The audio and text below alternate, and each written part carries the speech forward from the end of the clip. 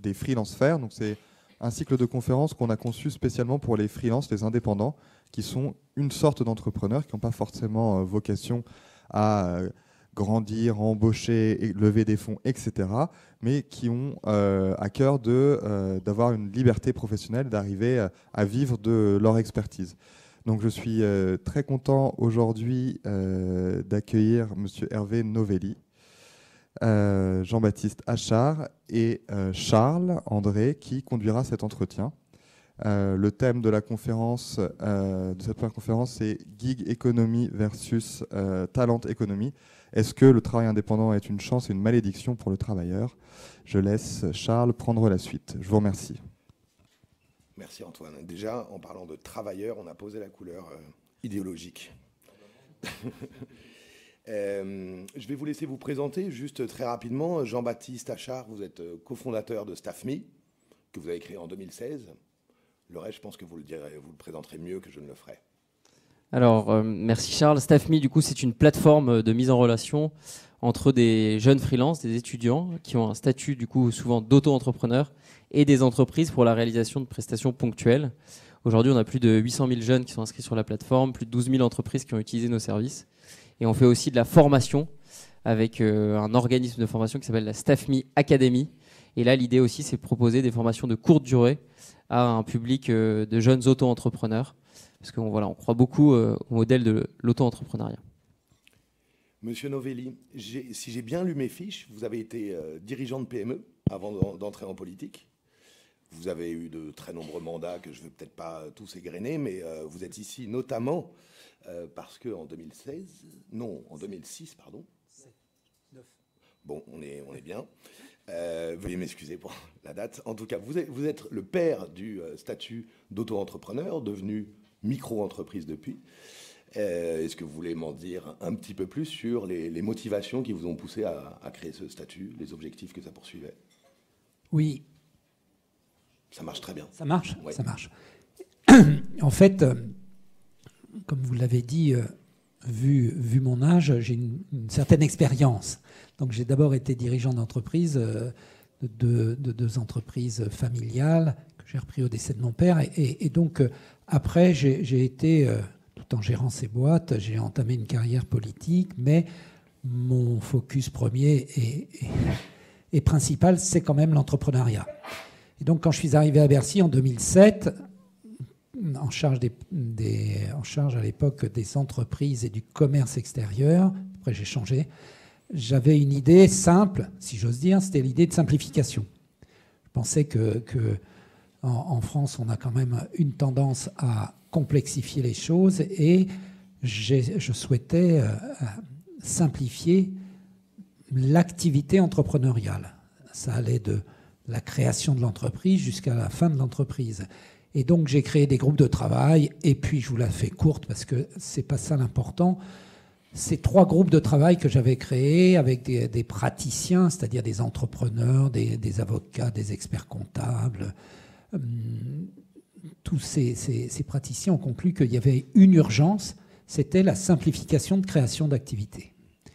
Et fort de cela, j'ai demandé à un expert de nous faire un rapport, parce que c'est toujours important quand on est à Bercy d'avoir un rapport qui objectivise les choses et qui fasse que l'administration, parce qu'il y a une très grosse concentration de cerveau à Bercy, qui fasse que l'expert a une vision objective et peut convaincre plus facilement que le ministre, qui n'est pas forcément toujours quelqu'un de très compétent. Là, je ne parle pas de ce que je pense, mais de ce qui se pense. Et donc, les 3 groupes de travail ont dit qu'il faut créer un statut simplifié de création d'activité. J'ai nommé un expert qui était le directeur général de l'Agence pour la création d'entreprises, François Hurel, qui m'a remis un rapport. Et ce rapport a ensuite été malaxé à l'intérieur du cabinet de Bercy. Et ça a abouti à la création, le 1er janvier 2009, du statut de l'auto-entrepreneur. J'avais défendu ça au Parlement dans le cadre de la loi de modernisation de l'économie. Et au départ, pour moi, le statut de l'auto-entrepreneur, c'est un statut de simplification, donc pour faciliter la démarche entrepreneuriale En fait, c'était évidemment beaucoup plus que cela, mais ça, je ne l'avais pas vu. Parce qu'en 2009, beaucoup d'engouement, mais c'est les années où la révolution numérique commence à faire son effet, c'est-à-dire à rendre possible la création d'une offre et des gens capables de la créer, cette offre. Donc le croisement entre une offre et une demande à travers des applications, ça a évidemment donné un coup de boost à ce statut ultra simple. Et puis il y avait un deuxième sujet qui est pour moi le plus important. C'est que derrière cet engouement, il faut savoir qu'aujourd'hui, depuis le début de la création de ce statut, vous avez 2 400 000 auto-entrepreneurs en France. Alors certains sont actifs, d'autres peu actifs, voire pas actifs. Mais il faut savoir qu'en 2008, la population des indépendants dont vous parliez, il y avait 2,5 millions. Ça regroupait les commerçants, les artisans, les professionnels libéraux et les agriculteurs. En clair, ça veut dire que jusqu'à présent, on a doublé le nombre d'indépendants dans ce pays. Alors vous avez des doubles comptes, c'est pas aussi flagrant que cela, mais ça veut dire quand même qu'il s'est passé quelque chose. Le statut, la révolution numérique, et aussi, et c'est certainement le plus important, l'aspiration à l'autonomie, l'aspiration à une certaine liberté dans la gestion de son activité, et notamment qui est très importante chez les jeunes, et pas uniquement chez les jeunes diplômés. Et ça va peut-être nous permettre de rentrer dans le débat. Il y a aussi, chez des moins diplômés ou des peu diplômés, l'idée de pouvoir s'abstraire de contraintes ou ressenties comme telles dans ce qu'on appelle le travail salarié, c'est-à-dire le travail dans l'entreprise, travail posté avec des horaires fixes, un lieu fixe, des directives. Et ça commençait d'émerger lorsque j'ai créé le statut, mais évidemment aujourd'hui c'est clé. Car vous le savez certainement, et vous le voyez certainement, il y a beaucoup de débats sur la notion de travail. La remise en cause de la manière de travailler, qui affecte, et c'est là-dessus que je voudrais conclure sur ce rapide propos, qui affecte y compris les salariés. Parce qu'il y a cette revendication à une autonomie qui est portée par les indépendants, à la liberté, à travailler quand on le veut, quand on le peut, quand on le souhaite, pour une prestation donnée. Mais il y a aussi, et on l'a vu après le Covid, l'aspiration de nombre de salariés à changer leur relation par rapport au travail. Et si j'ajoute qu'il y a un tiers des salariés qui sont aujourd'hui en télétravail, ça participe aussi de cette autonomisation globale. Il n'y a pas que l'indépendant qui veut être autonome. Le salarié récupère de l'autonomie. Et les objectifs des grandes entreprises, les objectifs chiffrés des grandes entreprises, souvent, enfin, il y a quelques décennies, c'était le grand patron qui les décidait. On fera 30%, 20%, voilà les objectifs à atteindre. Et ensuite, les directives tombent jusqu'à la chaîne la plus basse de l'activité dans l'entreprise. Aujourd'hui, on le voit bien, il y a une tendance à ce qu'on appelle l'horizontalisation, c'est-à-dire le fait que chacune des personnes qui travaillent dans l'entreprise peut participer à la confection de l'objectif. Et donc, vous avez non plus quelque chose qui descend de manière verticale, mais quelque chose qui naît de la coopération de tous les maillons de l'entreprise pour définir un objectif qui donc remonte jusqu'à la hiérarchie.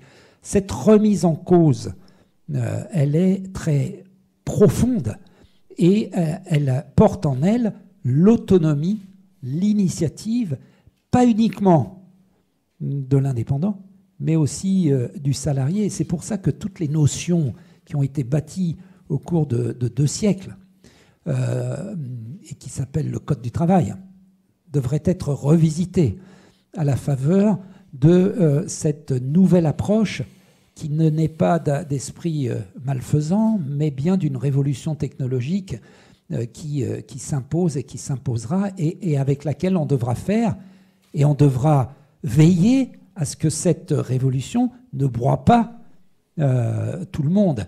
Et c'est cela, ma conclusion liminaire, c'est qu'on a besoin d'agir et de porter cette modernisation.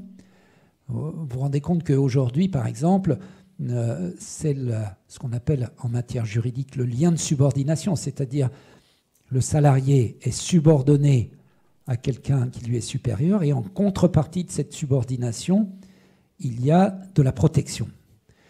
Ce lien de subordination est le critère clé pour déterminer si un indépendant est vraiment indépendant ou ne doit pas être requalifié en salarié.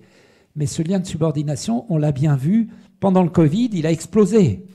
Quel est le lien de subordination entre quelqu'un qui travaille chez lui en télétravail par rapport à celui qui ne travaillait même plus dans l'entreprise, mais était dans un autre lieu? Et donc le contrôle cède le pas à la coopération. Et toutes ces notions devraient être revisitées dans les années qui viennent pour faire en sorte qu'il y ait à la fois cette poussée des indépendants. Vous vous rendez compte le nombre d'indépendants qui double en 10 ans en France et partout ailleurs, cette apparition des freelances qui viennent dans les entreprises faire des missions de courte ou de moyenne durée. Tout cela nécessite que la codification, c'est-à-dire les normes qui doivent encadrer, qui doivent réguler, qui doivent protéger, eh bien, soient adaptées au monde nouveau. Or, aujourd'hui, malheureusement, le plus souvent, on nous donne le choix qu'entre la requalification en salariat et donc la disparition d'un modèle économique. Regardez ce qui se passe pour les livreurs ou les VTC. Et cette requalification en salariat va à contre-courant de cette aspiration puissante à l'autonomie portée par l'émergence et l'augmentation des indépendants. Voilà ce que je voulais dire pour bien montrer que nous sommes, et moi en tant qu'ancien homme public, je me devais de le porter, nous devons être attentifs à ces sujets et porter les réformes de régulation qu'appelle cette nouvelle révolution technologique et ce nouveau monde qui est devant nous pour éviter qu'il ne nous broie lui-même. Merci. À propos justement de la révolution numérique, je crois qu'au cœur de l'offre de StaffMe, il y a du matching. On parle de faire matcher l'offre et la demande, des besoins d'entreprise avec des compétences disponibles sur votre plateforme. Donc, vous avez un algorithme qui met en relation des jeunes dont vous dites qu'ils sont motivés et qualifiés. Et en 3 clics et en moins de 24 heures, il y a le match qui opère. Et même, vous, apparemment, c'est plutôt 4 heures le temps moyen pour faire matcher. C'est quoi votre secret? C'est une sorte de Tinder du travail? Alors ça peut être vu comme ça. Je pense que c'est comme l'a très bien dit Hervé Novelli, ce qu'on voit, c'est que la digitalisation du monde et la plateformisation qui en suit est un formidable accélérateur d'opportunités pour tout un tas de personnes qui se mettent sous un statut d'indépendant ou de freelance. Ce qu'on voit, c'est que si on caricature, il faut imaginer qu'avant, un étudiant se met en auto-entrepreneur, donc du coup en 2010, 2009, au moment de la création du statut, il veut trouver un petit job pour aller faire, je ne sais pas moi, de la mise en rayon dans un magasin. Il va devoir aller déposer son CV dans chacun des magasins. Alors, aujourd'hui, avec l'ère des applications et du numérique et de la plateformisation, en fait, vous avez une rencontre entre l'offre et la demande, un appariement, comme on dit, pour éviter le terme matching, qui est beaucoup plus rapide. Et en fait, c'est autant d'opportunités pour ces jeunes-là. Parce que c'est un point aussi qui est très important. Et Hervé Novelli parlait du désir d'entrepreneuriat, du désir d'autonomie, d'indépendance chez ces jeunes. Nous, c'est quelque chose qu'on constate au quotidien. Parce qu'on peut se dire, ça ne figure que dans les études. C'est ce désir d'entrepreneuriat. Je crois qu'il y a la fameuse étude, c'est celle de la BPI qui calcule un indice de désir entrepreneurial et qui a plus de 50% chez les moins de 30 ans, et quand on va au-dessus, la génération plus âgée, il tombe à 25 ou 30%. Nous, on le voit tous les jours. En fait, tous les jours, on a des milliers de jeunes qui s'inscrivent sur la plateforme et qui disent, en fait, cette forme de travail à la carte me convient bien aujourd'hui dans ma situation, parce qu'en fait, elle me permet justement de découvrir des univers professionnels, elle me permet d'avoir un lien avec mon donneur d'ordre qui est différent de celui d'un lien de salariat, parce qu'en fait, c'est mon client, je suis un indépendant, ma réputation d'indépendant est mise en jeu à chaque fois que je fais une prestation. Si je veux avoir plus de prestations, eh bien, il faut que je sois reconnu comme un professionnel compétent. Bref, tout ça, c'est une nouvelle manière d'aborder le travail et qui, oui, je pense, Hervé Novelli parle beaucoup d'activité, et je pense que c'est assez révélateur, c'est que il faudrait peut-être aussi penser à dépasser en fait ce seul cadre de indépendant versus salarié, parce que ce qu'on voit aujourd'hui, c'est qu'en fait les frontières sont complètement sont très peu identifiables, et que, comme le disait justement, cette notion de lien de subordination aujourd'hui, qui est une notion qui a été inscrite au XXe siècle dans le Code du travail, et qui est liée notamment c'est l'héritage de l'ère industrielle, ne convient plus aujourd'hui aux nouvelles formes de travail qu'on observe, avec l'émergence du télétravail, l'émergence du freelancing. Enfin bref, un rapport au travail qui, dans cette population, et particulièrement chez les jeunes, est bien différent de celui qu'ont leurs aînés. Mais dans le changement de ce rapport au travail qu'on observe, pas qu'en France, partout, je me demande si, alors que vous parliez de ce baromètre du désir d'entrepreneuriat, traditionnellement, on entend derrière la création d'entreprise un projet d'entreprise, quelque chose qu'on veut réaliser sur une forme de long terme. Et à côté, j'entends la multiplication de volonté d'avoir une sorte de, avant tout, pas tant de projet d'entreprise qu'un statut autonome qui permette de ne pas être soumis à un lien de subordination. Qu'est-ce que vous voyez parmi les étudiants inscrits sur votre plateforme et parmi les auto-entrepreneurs qui se sont lancés dans le statut? On cherche avant tout justement un statut autonome ou une porte d'entrée pour se faire un CV, des références, pour réaliser un projet d'entreprise à plus long terme, pérenne, une relation durable. Enfin, une relation, en tout cas, quelque chose de durable. Dans notre cas, c'est vraiment un accélérateur. En fait, c'est vraiment un accélérateur d'opportunités pour tous ces jeunes. C'est la possibilité vraiment d'avoir du travail à la carte, de travailler quand ils veulent, où ils veulent, au rythme qu'ils veulent. C'est vraiment ça qui est recherché.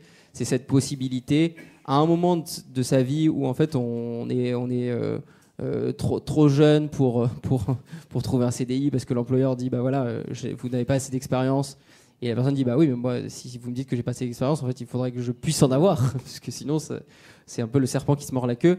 C'est un moment particulier de la vie qui leur permet de multiplier les expériences, découvrir des univers professionnels différents, se créer un réseau pour demain réaliser le projet de leur choix. Et ce projet-là, en fait, ce qu'il faut voir, c'est parce que souvent on nous parle aussi de l'envahissement du monde du travail par les indépendants. Ce projet-là, à la fin, c'est pas vrai. Pour 80% des cas, la moyenne française, c'est 12% d'indépendants, 88% de salariés. Eux, c'est peut-être un peu plus, parce qu'ils ont goûté à cette indépendance. Et dans 80% des cas, ce qu'ils vont chercher à la fin, c'est un CDI. D'ailleurs, est-ce qu'il y a parmi les hôtes, les hôtesses qui travaillent ici, des gens qui ont été recrutés via StaffMe? Est-ce qu'il y a aussi, parmi les gens qui sont ici présents, des gens qui sont inscrits qui sont auto-entrepreneurs ou qui ont eu recours au service de StaffMe? Merci. J'ai encore un peu de boulot. Mais tant mieux. La croissance en vue. Moi, je voudrais revenir à cette question que vous posez sur le but quand on devient auto-entrepreneur. Au départ, l'idée, c'était de mettre le pied à l'étrier pour un projet de création d'activité. C'était ça l'idée. Et puis, on s'est rapidement aperçu que dans la typologie des auto-entrepreneurs, il y avait en fait deux sortes d'auto-entrepreneurs. L'auto-entrepreneur qui a un projet et qui veut le développer, il se met sous ce statut parce que c'est sans risque et c'est facile à démarrer. Et puis il y a l'autre auto-entrepreneur, par exemple un retraité, qui souhaite arrondir ses fins de mois et qui va donner des cours de piano ou de je ne sais quoi. Et donc on s'est très vite rendu compte qu'il y a, dans cette typologie, il y avait à peu près 50-50.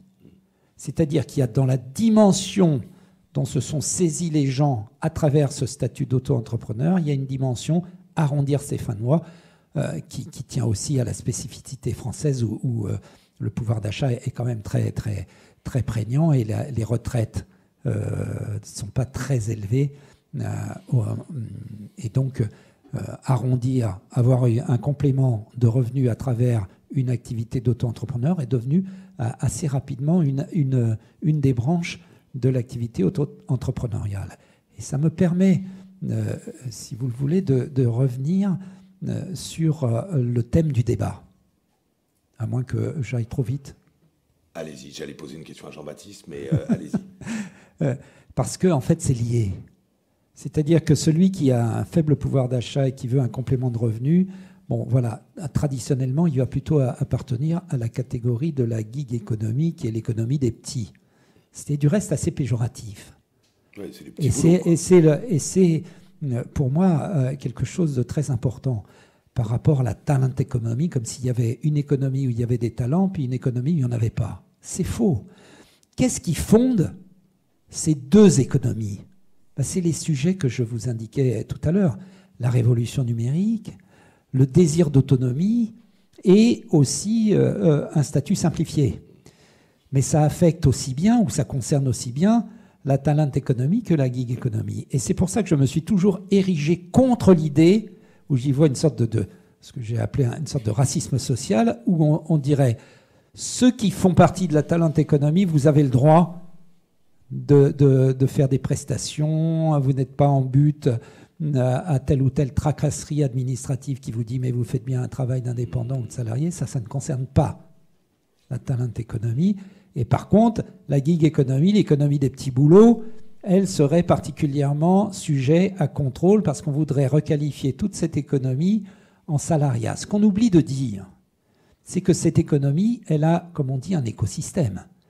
Et si on requalifie en salarié un certain nombre de livreurs ou de VTC ou d'auto-entrepreneurs dans des métiers peu qualifiés, eh bien on va détruire de la valeur parce que les sociétés qui se sont spécialisées ne trouveront plus la rationalité économique qui leur permet de se développer et on va faire grossir le rang des chômeurs. Donc je pense qu'il faut réconcilier tout cela et qu'un statut d'indépendance, un statut d'indépendant qui vous permet soit de faire de la livraison à domicile ou qui vous permet d'aller faire une prestation dans l'entreprise en matière d'expertise comptable, mais qu'il n'y a pas, pour moi, de différence qui ferait que les uns seraient légitimes et les autres ne le seraient pas. C'est pour moi important que de le dire. Je pense qu'il faut que, quand j'ai créé ce statut, c'était pour que chacun ait sa chance. C'était même le thème de ce statut, l'universalité, c'est-à-dire la possibilité pour toutes les personnes dans la société française, quel que soit leur rôle et leur niveau dans la société, de pouvoir avoir une chance. Et donc, moi, je considère que l'égalité des chances, c'est important et qu'on ne doit pas faire une discrimination de cette nature.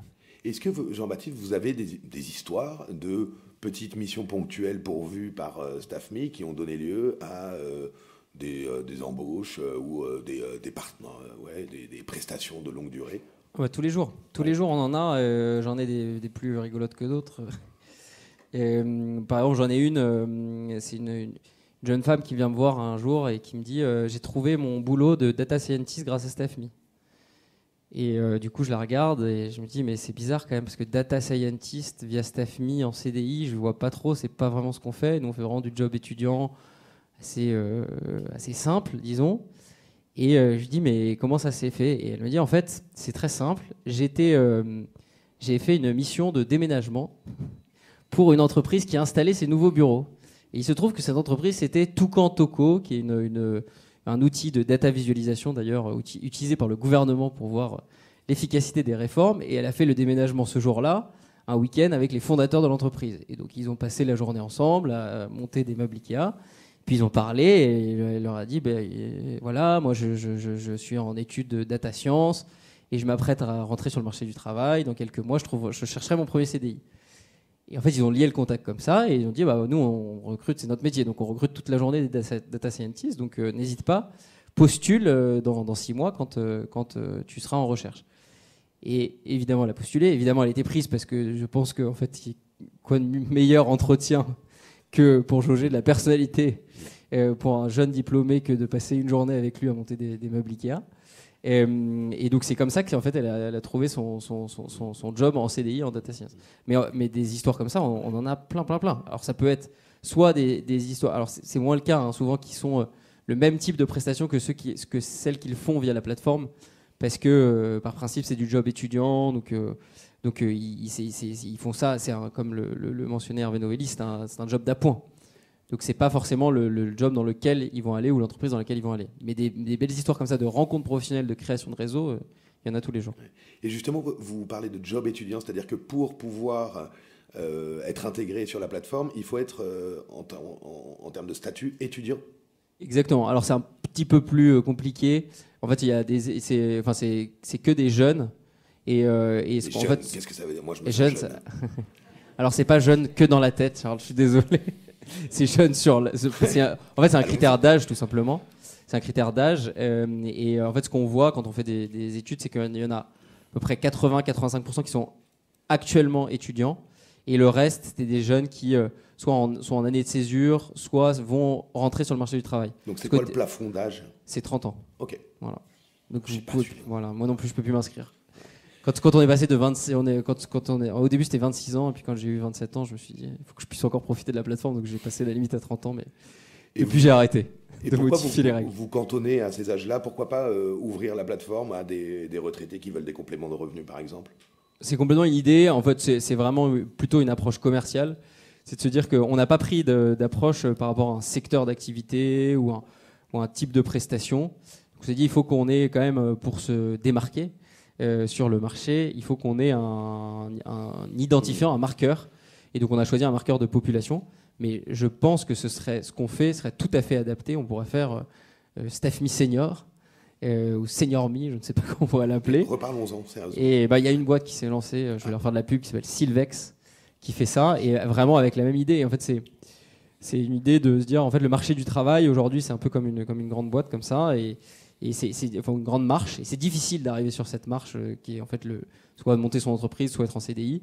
Et en fait, avec StaffMe, on vient apporter les petites marches, qui sont toutes les petites missions, vers cette grande marche. Et en fait, il faudrait la même chose pour la sortie du marché du travail, parce que quand on y pense, dans une société où on vit de plus en plus vieux, c'est assez un peu absurde du jour au lendemain s'arrêter, être à temps plein, puis après s'arrêter et n'avoir plus aucune activité professionnelle. Et d'ailleurs, c'est pour ça qu'on voit qu'il y a un développement très fort du cumul emploi-retraite, que le taux d'activité, notamment dans l'associatif des seniors, est énorme. Donc oui, je pense qu'il y a le même phénomène existe de l'autre côté de l'autre côté de la génération. Bon, on en reparle dans 30 ans, donc. J'avais encore pas mal de questions à poser, mais peut-être que vous avez des questions à poser. Et si oui, vous pouvez peut-être lever la main et on vous donnera un micro. Sinon, je peux poser des questions sur le marché du travail.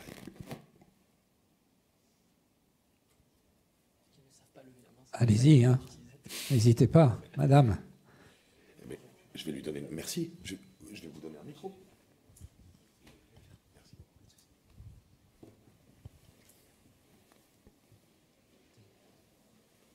Bonjour, je précise que je suis de Guadeloupe et que j'ai fait partie des premiers enfants du statut auto-entrepreneur en 2009, puisque mon père m'avait sensibilisé en rentrant de 15 ans en Angleterre à ce statut.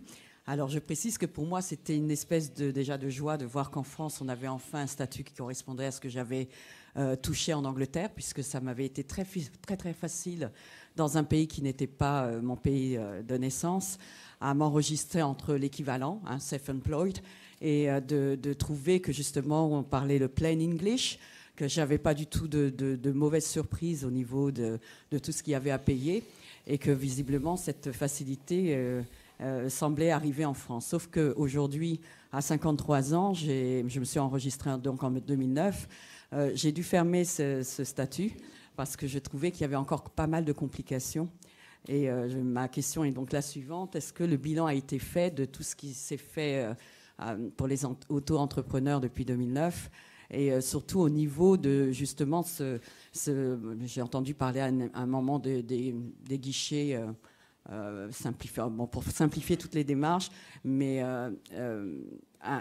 une espèce, en tout cas dans les Outre-mer, parce que vraiment, une fois de plus, je conçois que peut-être on n'est pas du tout logé à la même enseigne, cette possibilité d'avoir véritablement des interlocuteurs quand le jargon, et je parle bien du jargon franco-français, n'est pas du tout entendable pour des gens comme moi, quoi, qui pourtant sont bac plus 5. Il est entendable par personne. Quand on a affaire à l'URSSAF, c'est compliqué. Hein. Ouais. Enfin, je crois. Il faut un traducteur. Bien, l'ambition, quand j'ai créé le statut, était une ambition élevée, puisqu'il s'agissait de simplifier, comme vous l'avez dit, totalement la création d'activités qui, en France, était très, très complexe. Et donc, le statut devait être universel, c'est-à-dire qu'il s'adressait à toute la population, quelle qu'elle soit, y compris les fonctionnaires. Il devait être simple dans le fait que si on ne faisait pas de chiffre d'affaires, on ne payait pas de charges.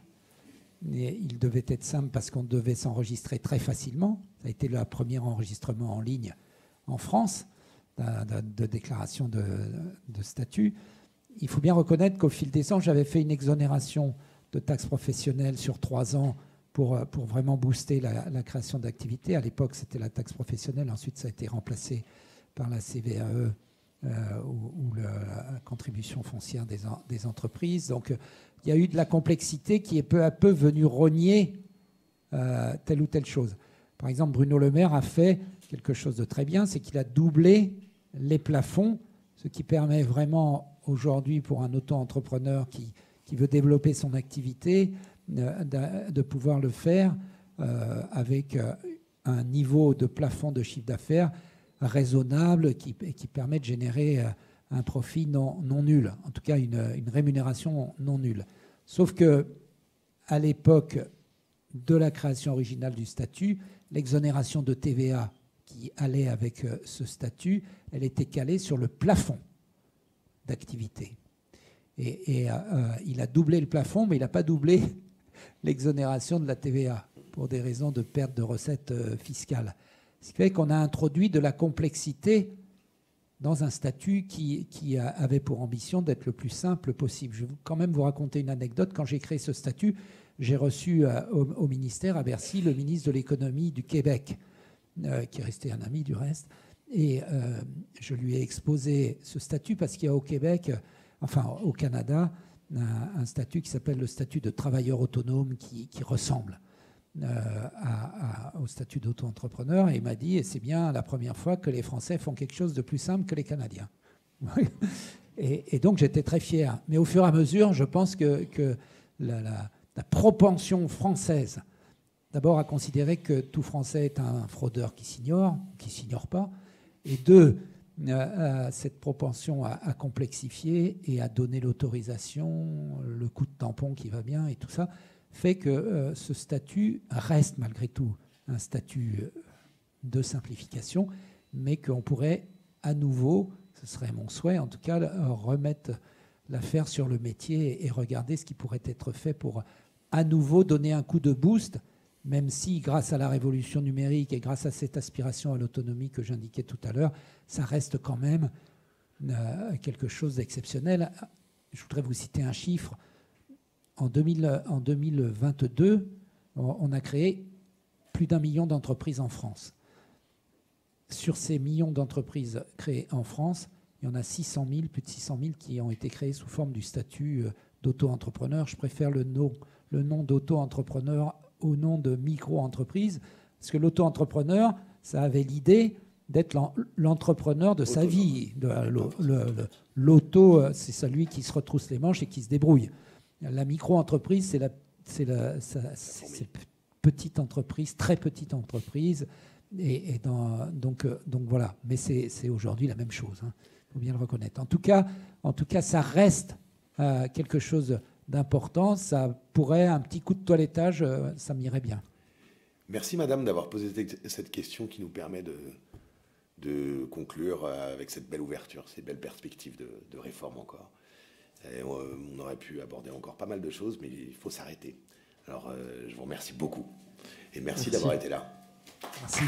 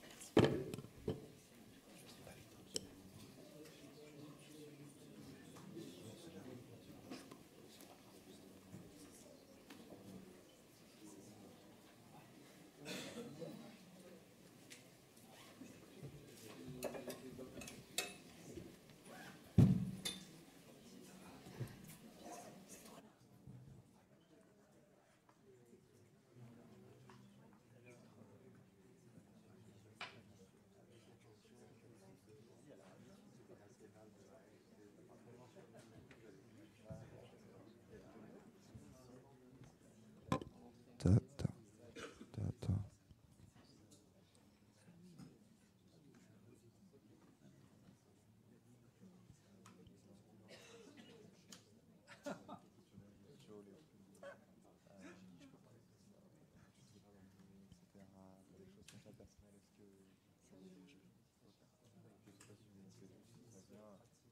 parler un peu de la réalité, genre réelle. Ouais, on va faire pareil. Alors, je te donne ça. Du coup, quand tu veux parler, tu me mets en mic. Ça va? Salut, enchantée. Pauline. Je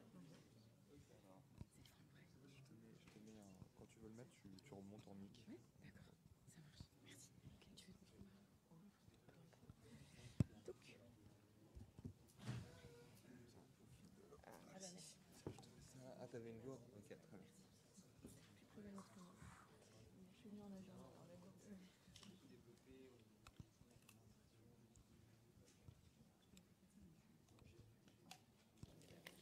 Bon, on va y aller.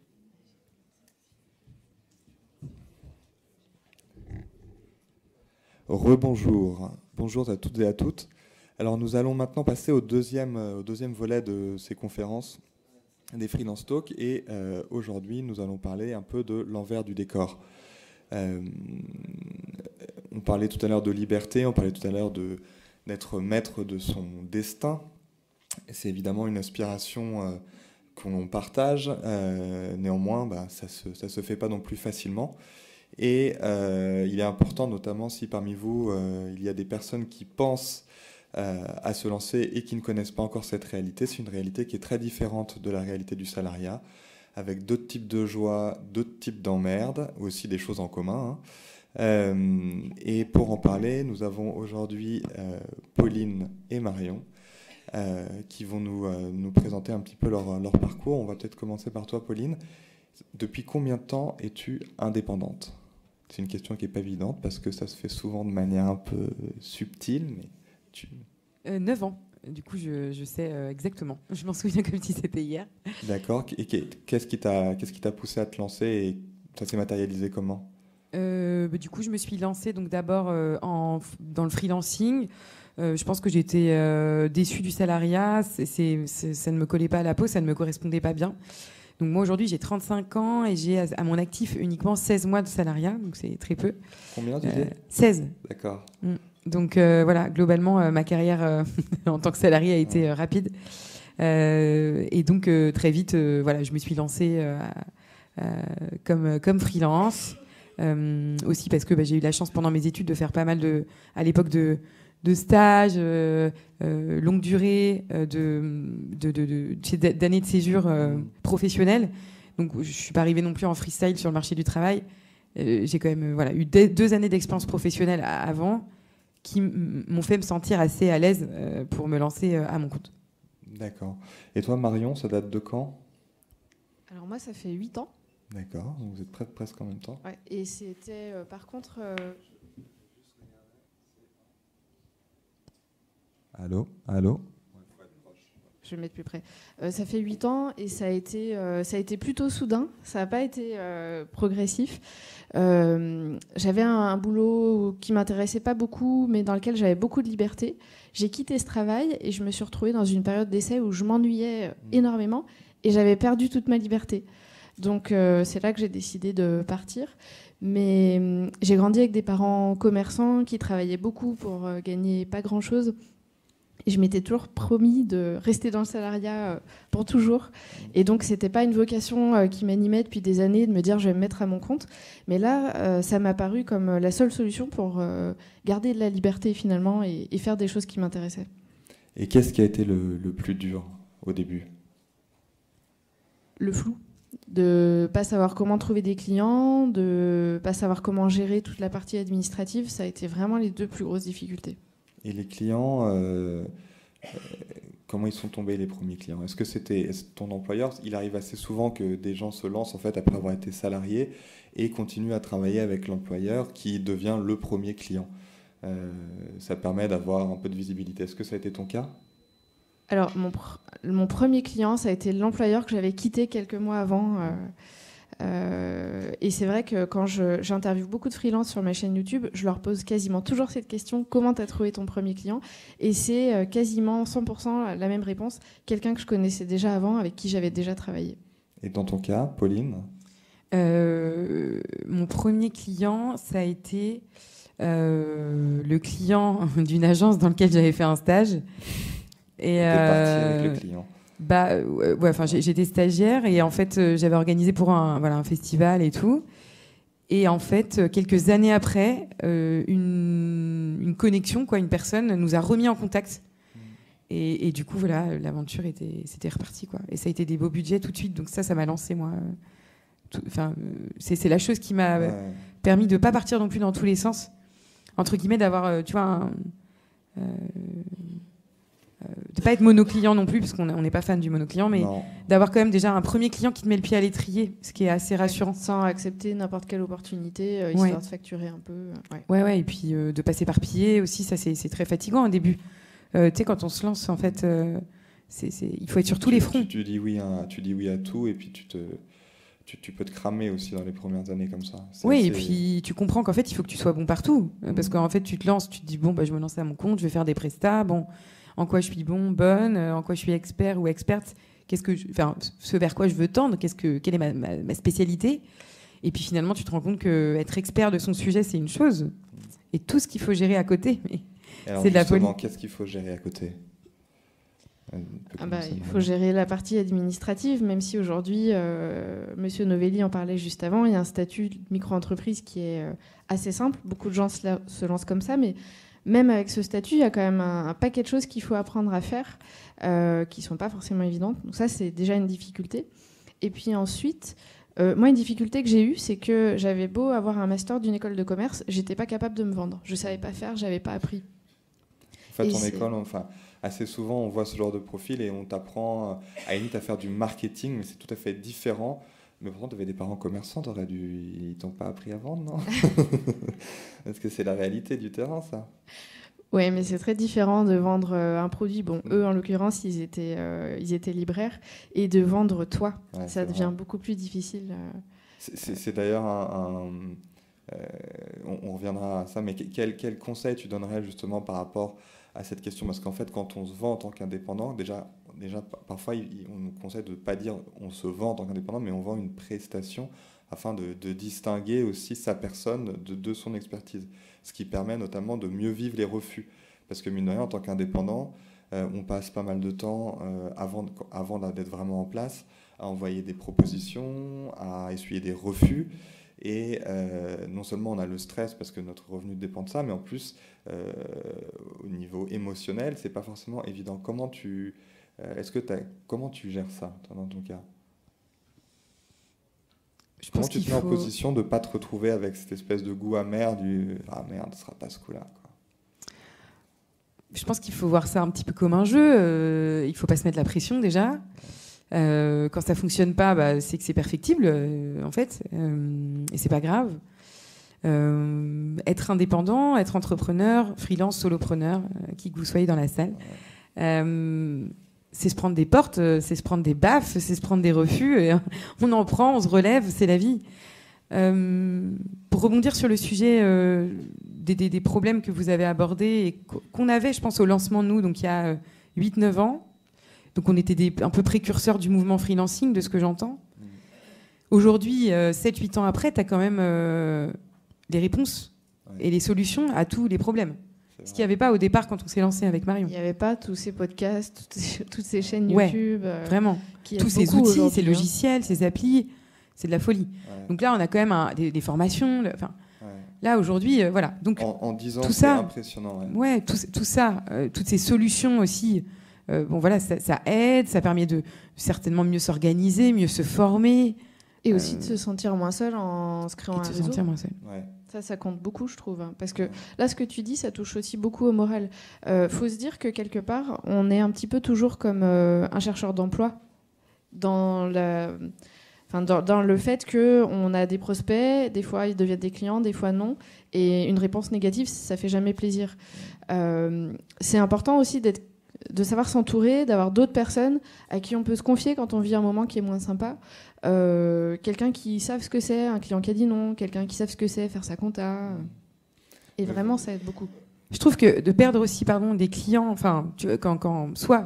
si tu as un refus ou que tu perds un client, ça te fait te remettre aussi vachement en question. Parfois, c'est injuste. Et jusqu'à quand il faut se remettre en question? Parce que quand tu te remets en question en permanence à chaque client, c'est à la fin, tu sais plus qui t'es, quoi. Oui. Tu parlais justement du collectif et d'à quel point ça peut t'aider dans les passages difficiles. Toi, Pauline, tu as vécu un moment difficile avec un cancer.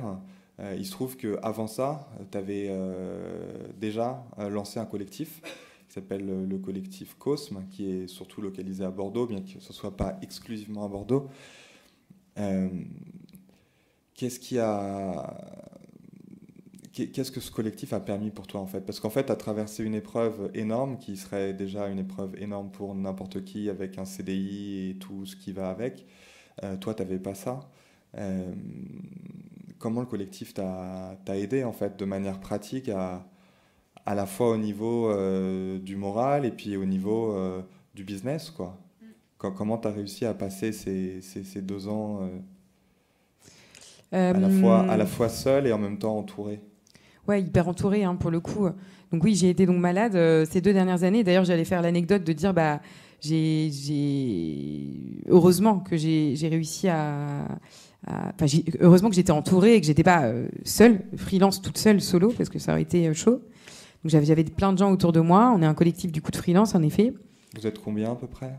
On est une quinzaine, okay. Dans le noyau très dur. Ouais. Et après, plusieurs dizaines autour qui gravitent. Et je dirais, oui, pour rebondir, que l'anecdote de... J'ai eu beaucoup de chance dans mon malheur d'avoir une stabilité professionnelle de par COSME, une stabilité économique, puisque j'étais pas dans le besoin. J'ai eu une bonne étoile que d'avoir pris une prévoyance, mesdames, messieurs. Si vous êtes dans la pièce et que vous n'en avez pas, c'est mon plus grand conseil. Hein. Protégez-vous, prenez une prévoyance avant de tomber malade, sinon vous l'avez dans l'os.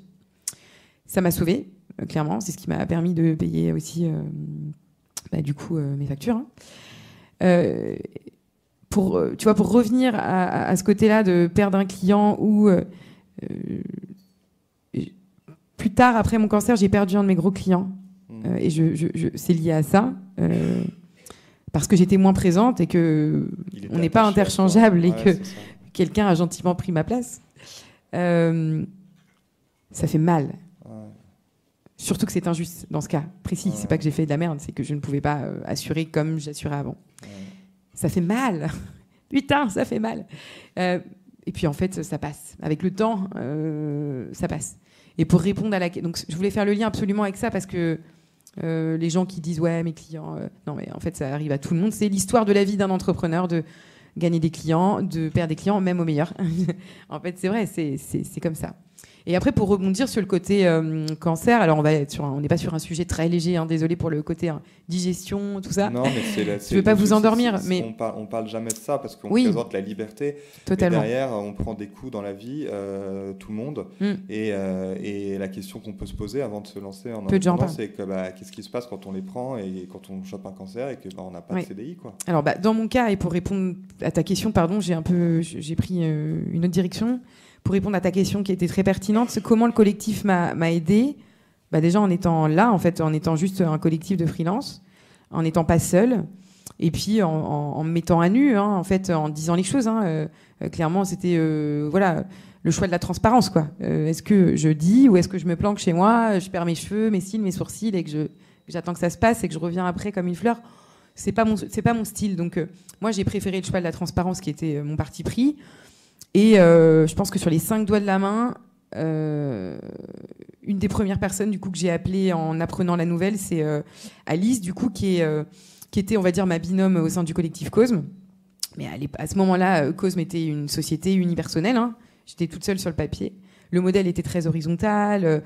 On était un vrai collectif de freelance, mais sur le statut juridique, c'était quand même ma signature à la fin sur les papiers, quoi.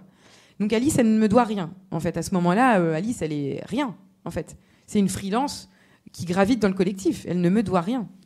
Et ce qui a été très fort et beau là-dedans, c'est qu'en effet, je lui ai dit, est-ce que tu peux prendre la main sur ma boîte? En fait, est-ce que tu peux prendre la main sur ma boîte qui est notre collectif? Et donc, ce qui m'a aidée, c'est que moi, je suis passée en back et elle est passée en front et elle a pris la main sur le pilotage de COSME. Et ça a duré un petit moment, hein, au moins 1 an et demi. Et surtout, ce qui m'a aidée, c'est que on me regardait pas du tout comme une malade, même si j'étais chauve. En fait, on continue à me regarder comme Pauline, fondatrice du collectif Cosme. Et donc, j'ai jamais vu dans le regard des gens, professionnellement et personnellement, que j'étais malade. Oh, la pauvre, la pitié. Oh mon Dieu. Donc voilà, donc, c'est ça. Et le travail, parfois, c'est la santé, en fait. C'est ce que je dis aussi. Moi, je pense pas que ce soit mon travail qui m'ait rendue malade, parce que donc, je suis passionnée, multipotentielle, slasheuse, tout ce que vous voulez. Je fais plein de choses. Je déborde d'énergie, d'idées. C'est, je pense, un stress post-traumatique suite à un décès. Ça serait apparu c'est apparu quelques jours après, cette tumeur, et qui était très, très, très, très grave, hein, très grosse en plus. Et c'est arrivé du jour au lendemain. Et donc voilà, en plus, c'est très brutal. Donc voilà. Et je pense pas que ce soit le travail qui m'ait rendu malade, mais par contre, le travail, parfois, c'est la santé. Et en fait, le fait d'être stimulé intellectuellement, et puis le fait d'avoir lâché prise, d'avoir dit, en fait, voilà, là, aujourd'hui, j'ai un traitement de cheval. Mais ces gens ont réussi à me laisser à ma juste place. Je sais pas, c'est un côté un peu curseur comme ça, quoi. Ouais. C'est en fait, t'es Cosme, t'es l'essence de Cosme. Ouais. Nous, on est là, on va gérer. On va te décharger au maximum de tous les petits problèmes de merde qu'on n'a pas envie que tu gères sur cette période-là. Et puis voilà, la vie a continué. Et j'ai continué à travailler, hein, parce que la prévoyance, oui, c'est cool. Mais quand on est entrepreneur, ça, on peut en parler. Tu n'as pas un arrêt maladie comme quand tu es salarié. Hein. Moi, j'ai eu des jumeaux pendant mon congé maternité. J'avais un remplaçant, mais j'ai quand même dû travailler. Donc, on est obligé. Clairement. Avec 2 bébés sur les bras, c'était pas évident. C'est sûr. Ça représentait combien d'heures par semaine quand tu dis T'as quand même eu un répit d'un mois ou 2 pas capable de dire. J'avais droit normalement à un congé maternité double de 8 mois au lieu de 4 parce qu'il y avait 2 bébés. Je me suis arrêtée quand même 4 mois seulement parce que je ne me voyais pas laisser mes clients plus longtemps. Et parfois, je devais mettre des visios. Alors j'espérais qu'ils allaient dormir pendant ce temps, mais c'était pas gagné. Le lot de beaucoup de parents. J'ai bien pratiqué ça aussi. Ouais. D'ailleurs, les clients ont souvent une indulgence. Merci, il n'y a pas de clients dans la salle. Hein, mais, non, mais c'est vrai, ça c'est aussi quelque chose qu'on réalise quand on est indépendant, qu'on ose moins faire quand on est en entreprise. C'est que, à un moment, vu qu'on est soi-même et il n'y a pas plein de gens en fait entre nous et le client, on a souvent intérêt à dire la vérité, en fait, ce qui se passe. Et c'est aussi des humains, les clients. Et donc, oui, ils ont aussi des gamins qui les perturbent. Ils ont aussi des maladies, ils ont aussi des problèmes. Et au final, on est souvent surpris d'être compris, quoi. Ces clients, c'est des gens, c'est des relations qu'on développe. Certains deviennent des amis. C'est aussi ça qu'il faut voir, c'est que quand on est indépendant, on n'est pas du tout seul. Pauline a monté un collectif, donc tu citais, ton exemple est hyper fort, mais même quand on n'a pas monté de collectif, peut-être qu'on fréquente un espace de coworking où on a des collègues au quotidien à qui on peut un peu parler de la vie, et on a des clients qui finissent parfois par devenir des amis. Donc voilà, c'est aussi ça qu'il faut voir. J'aimerais vraiment tordre le cou à cette idée que quand on est indépendant, on est seul. C'est absolument faux. On rencontre beaucoup plus de gens que quand on est salarié. On rencontre qui on veut. Et du coup, comme ça, on peut aussi créer son parcours. Marion, là-dessus, tu as aussi tu as eu des jumeaux et tu as ensuite fait le choix, tout récent, quand on organise cette conférence, ça n'était pas encore le cas, je l'ai appris en cours de route, de t'installer en Espagne. Alors, pourquoi ? C'est combien de temps que tu es là-bas Depuis la fin du mois de juin, on est en Espagne. Et pourquoi ? C'est un endroit très ensoleillé, il y a la mer, les gens sont sympas. Et c'était des raisons suffisantes. D'accord. Et quand tu es freelance, tu peux travailler de n'importe où si tu ne travailles pas chez tes clients. Et ça, là, je me dis, je suis trop contente d'avoir pris cette décision de me lancer il y a 8 ans parce qu'aujourd'hui, j'ai une activité qui est suffisamment stable pour pouvoir dire à mes clients, change de pays, sans avoir peur que ça crée des problèmes, en fait. Il a fallu combien d'années pour arriver à cette espèce de maturité de l'activité qui permet de faire ce choix, à ton avis ? Si tu devais diviser comme ça en périodes un peu ces 8-9 ans que tu as parcouru, c'est quoi un peu les grandes étapes ? Je pense qu'au bout de 2 ans, c'était déjà stable. C'est-à-dire qu'au bout de 2 ans, tu avais suffisamment d'entrants, de clients entrants, ouais, ou tu avais une régularité suffisante pour te permettre de faire des projets et pas seulement d'être sur la prochaine mission. Oui, c'est ça, exactement. Ouais. Et toi, Pauline, tu as une idée de... C'est une bonne question. Moi, dès que j'ai lancé le collectif Cosme, j'ai déployé mes ailes, quoi. Ouais. Seule, je valais rien, quoi. Ouais. Non, mais vraiment, je veux dire... Et c'est marrant parce que je reviens à l'aspect plus solopreneur, là, maintenant. Ouais. C'est-à-dire, j'ai vraiment à cœur de me développer, moi, Pauline, seule, hors Cosme. Ouais. Tu veux dire en tant que personne en tant que personne, en tant que solopreneur, quoi, hors collectif. Ouais. Et je pense que le collectif m'a donné des ailes, m'a permis de me déployer. Et en fait, j'ai tout appris en lançant Cosme avec les autres qui m'ont nourri. Les gens m'ont nourri. Les gens m'ont fait devenir l'entrepreneur que je suis aujourd'hui, qui me permet aujourd'hui, donc 9 ans après, de me sentir tout à fait à l'aise et en capacité de me lancer plus solo sur des sujets, des missions. Alors, je fais des missions solo aussi. Okay. Mais... Et parmi tes projets, il y a un podcast, c'est pas un projet, c'est une réalité en fait, qui s'appelle Puissance Care. Est-ce que tu peux en parler rapidement, puisque a priori ça intéressera les gens ici. Tu as lancé pourquoi Je vous fais le teasing de la voilà. Très vite, Puissance Care, vas-y. C'est le podcast qui prend soin des entrepreneurs. Et oui, donc j'ai lancé ce podcast 3 mois après ma dernière chimio, donc c'est allé vite, quoi. Et l'idée, c'était de se dire que les entrepreneurs, freelance, solopreneurs, ils prennent pas assez soin d'eux, en fait. Et je m'en suis rendu compte aussi en passant par ces étapes. Alors, on n'aborde pas que le sujet du burn-out ou du cancer. Il va y avoir aussi des sujets de parentalité. D'ailleurs, Marion, si tu veux, je t'inviterai à mon micro. En tout cas, voilà, on est sur cette thématique qui n'est pas traitée du tout, en fait, pour l'instant encore en France. Et donc, mon expérience de vie perso et pro m'a amenée à me dire que, en fait, j'étais pas toute seule à être malade et touchée, peut-être, voilà. Ça s'appelle Puissance Care. Puissance Care. C-A-R-E. C'est de partir du principe que on a tous des histoires de vie, et donc c'est de libérer un peu la parole sur ces sujets-là et de pas toujours parler que de CA, de comment mieux vendre mon offre, comment faire plus de chiffre d'affaires, comment avoir un SMIC LinkedIn. Voilà, c'est cool, hein. Mais la vraie vie derrière tout ça, c'est des humains comme vous et moi, et parlons vrai, quoi. Là, ce que tu dis avec ton nouveau projet, ça me fait penser à ce que tu as dit juste avant. Je redeviens plus solopreneur. Ce que je trouve aussi, c'est que quand on est indépendant, justement, pour faire le rapport avec la vie privée et la vie pro, on peut plus facilement moduler en fonction de nos envies, de notre situation perso aussi. Moi, quand j'ai eu mes enfants, je me suis dit qu'après, je voulais travailler moins, que je voulais pas gagner moins, mais que je voulais travailler moins. Et j'ai quand même 2 bouches supplémentaires à nourrir. Donc, et en fait, ça donne la souplesse de moduler notre temps de travail, nos horaires de travail aussi, notre disponibilité, ce qu'on fait. Et ça, c'est quelque chose qu'on n'a pas en CDI. C'est vrai que quand on regarde LinkedIn, les gens ils disent c'est trop bien d'être freelance, tu gagnes beaucoup ta vie, tu travailles presque jamais et tu le fais d'où tu veux. Et c'est pas la réalité.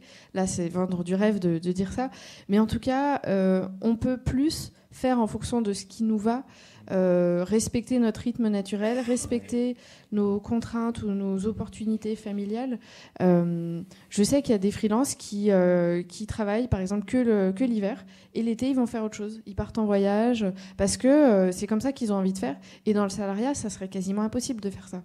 Et particulièrement avec les enfants, c'est sûr que c'est les enfants et les problèmes de santé, on va dire, qui peuvent aussi nécessiter de devoir réaménager son emploi du temps. Ça peut vraiment aider d'avoir ce statut d'indépendant. En fait, ça permet de remettre soit des grosses pierres et des petites pierres. Tes grosses pierres étant les priorités, tu organises ta santé, tes enfants, puis autour, quand est-ce que tu peux travailler et tu peux en fait arriver à avoir une semaine avec un nombre d'heures tout à fait standard, mais avec un aménagement un peu spécifique. Et c'est vrai que ça pose aussi la question au niveau individuel aussi de finalement les barrières entre le travail et le reste s'effacent totalement, même dans sa manière dont on perçoit les choses. Il y a juste l'énergie qu'on a, l'effort qu'on doit fournir dans les tâches qu'on doit faire, puisqu'il y a plein de boulot, il y a des choses qui ne sont pas du boulot. Ta chaudière tombe en panne. Eh, putain, il faut que tu t'occupes de ta chaudière. Est-ce que c'est du travail ? Ben non, c'est pas du travail, ça va pas te rapporter d'argent. Mais n'empêche que c'est un truc qui te saoule, que tu es censé faire. Donc voilà, ça tu l'organises aussi, je dis même par rapport à ta vie administrative personnelle, parce qu'il y a des gens dans le salariat qui parfois, j'ai en tête une amie qui donne des conseils au niveau fiscal et qui est complètement désorganisée elle-même, parce que tu coupes un peu ta vie en deux et tu peux être très organisé sur t'es avocat fiscaliste, c'est très clair, etc. Puis en fait, toi, tu fais n'importe quoi, puis tu perds de l'argent parce que tu t'as pas déclaré je ne sais quoi. Je trouve que quand tu es indépendant, tu es obligé un petit peu de traiter toutes les choses de ta vie de manière sur un plan, quoi. Et c'est quelque chose qui, en tout cas, j'ai trouvé, aide aussi à se développer personnellement, pas seulement au niveau des skills. Si vous aviez, pour terminer, chacune un conseil à donner à quelqu'un qui se lance en disant voilà, je vais tenter le coup, j'ai cette expertise, je vais la proposer en indépendant. Marion. C'est difficile d'en donner qu'un, mais je pense que ce serait d'oser et de s'entourer, parce que cette phase de lancement, elle est souvent un peu difficile parce qu'on a beaucoup de flou, beaucoup de nouveautés, beaucoup de questions. Et donc, si on est entouré, ça veut dire qu'on va savoir poser la question, savoir trouver les infos. Et ça va vachement mieux quand c'est comme ça, c'est beaucoup plus facile. Oui, je suis totalement alignée avec toi, Marion. Du coup, s'entourer, je pense que c'est vraiment le premier point hyper important. On n'est jamais seul quand on est freelance. Donc tout le temps avec des clients, des partenaires, d'autres freelances, des communautés, des réseaux, des assos, enfin bref. Fouillez un peu et vous trouverez, et ne restez pas seul. Et la deuxième chose, protégez-vous. Protégez-vous, prenez soin de vous.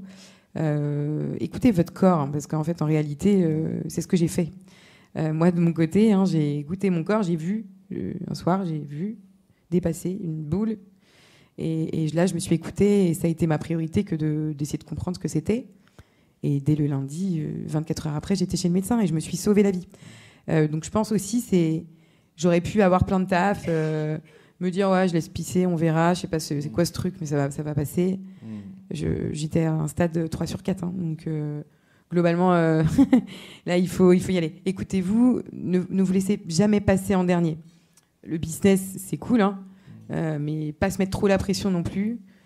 Et après, d'année en année, enfin, de mois en mois, d'année en année, vous allez être solide. Vous allez construire des fondations. Et ces fondations, c'est être solide. Et souvent, on se lance aussi à fond, tête bêche dans le taf. Faut que je lance ma première offre, faut que je fasse du CA, faut que je trouve des clients. Moi, mon conseil, c'est ayez des fondations solides. Ouais. Et avoir des fondations solides, c'est en fait, pour développer sereinement votre activité, pour être un freelance, un entrepreneur, un solopreneur serein, anticiper toutes les galères qui peuvent vous arriver, dont celle de tomber malade et d'autres. Mais celle-là est quand même très chiante, hein. Je vous le souhaite pas du tout. Imaginez le pire pour anticiper au mieux. L'entrepreneuriat, c'est une course de fond. Il ne s'agit pas que de vendre toujours plus. Faut pouvoir le fait d'avoir une sérénité d'esprit. Parce que tu prendras des coups, donc il faut vraiment commencer par se renforcer un petit peu, et je pense notamment sur l'aspect santé. Tu peux pas mettre ça de côté. Et je dirais même, c'est une chance. Tu peux aller dans un club de sport au moment où il n'y a personne, parce que tout le monde est là et viendra à 18h30 après le boulot. Enfin, il y a aussi, tu peux choisir ton alimentation peut-être mieux, parce que tu es aussi en dehors des circuits habituels. Donc c'est quelque chose, t'as raison, c'est un peu une course de fond, et ça ne sera pas facile. Donc ouais, il ne faut pas mettre ça de côté, il ne faut pas être dans l'espèce de truc qu'on fait souvent quand on est très jeune et qu'on se crame, et puis une fois de temps en temps on fait la fête, on se recrame dans un style différent. Tu peux pas faire ça très longtemps, quoi. Oui, c'est exactement ça. C'est vraiment cocher des cases. Et je pense qu'il doit exister peut-être une liste, ou alors on va l'inventer, mais une fameuse liste de OK, à partir de quel moment je suis serein pour développer mon activité derrière. Ouais. Et je pense que tout le monde a pour objectif de faire du chiffre. Ouais. Mais en fait, du coup, cocher des cases d'abord, mettez-vous bien. C'est ça. Et une fois que tu es bien, là, tu peux travailler sereinement. Ouais. Parce que sinon, tu as toujours ta to-do list. Putain, il faut que je prenne une prévoyance, la mutuelle, la RC Pro, le machin. Faites ça, faites-le, mettez-le en haut de la to-do list. Une fois que c'est fait, c'est fait. Ceux qui font les pires erreurs, c'est ceux qui aujourd'hui n'ont pas de prévoyance, je vous le dis. Hein. D'ailleurs, qui est entrepreneur ? Qui a son compte ? Qui a une prévoyance ? Voilà. Ah, c'est pas si mal. Pas ouf. Pas ouf, bon. Pas ouf. 40%, peut-être 45 ? Non, 40. Ouais. Bon, bah voilà. Le problème, a priori, pour avoir une prévoyance, il faut avoir une entrée régulière d'argent tous les mois. Ouais. Quand on commence et qu'on touche, par exemple, le chômage à côté, on n'a pas de revenus. Et en fait, on ne peut pas prendre, de ce que j'ai compris, de prévoyance pendant là ou les 2 premières années. J'ai un gros doute. Il faudrait aller poser la question. Je crois que WeMind a un stand pas très loin. Ils sont top. Ouais, il me semble que le principal problème, c'est simplement que tu dois payer alors que tu n'as pas forcément de revenus en face, mais je ne pense pas que tu aies des blocages par rapport à ton statut. Après, pour les prévoyances aussi, dans votre cas, il y a peut-être, parfois, vous pouvez être indépendant et vous avez un conjoint qui est salarié. Et dans ce cas-là, ça peut aussi être intéressant de passer sur la prévoyance de votre conjoint. Donc c'est un cas de figure qui arrive quand même assez souvent. Donc faut aussi penser à ça. On peut passer sur la prévoyance de son conjoint. Quand les deux sont freelance, c'est une famille très libre, mais aussi exposée. Donc, mais assez souvent, il y a des freelances que je vois sont sur la prévoyance de leur conjoint. Et plus encore, pour clôturer peut-être Antoine, un tips que peu de gens connaissent, mais qui est vraiment important, c'est que si vous êtes propriétaire, je ne sais pas s'il y a beaucoup de propriétaires à Paris, mais les prix ne sont pas forcément accessibles, mais pourquoi, enfin peut-être. Il y a aussi un sujet autour de votre assurance. Les assurances que vous payez pour rembourser en gros votre maison peuvent être pris en partie si jamais vous avez un problème de santé comme j'ai eu. En fait, mon prêt à Bordeaux a été remboursé de moitié par du coup ces assurances-là. Donc il y a plein de petites choses comme ça à savoir. C'est bien d'être au fait en fait, parce que on va être tous malades un jour. Enfin, c'est triste à dire, mais donc si vous voulez rester le plus longtemps possible indépendant, serein, préparez-vous au pire et comme ça après vous pourrez travailler mieux quoi. Je crois qu'il est temps de passer la parole à Cannes. Je vous remercie. Merci beaucoup pour ce témoignage. On n'a malheureusement pas le temps de prendre des questions. Juste un dernier mot peut-être. Marion, ton blog, tu peux juste nous dire où est-ce qu'on trouve ?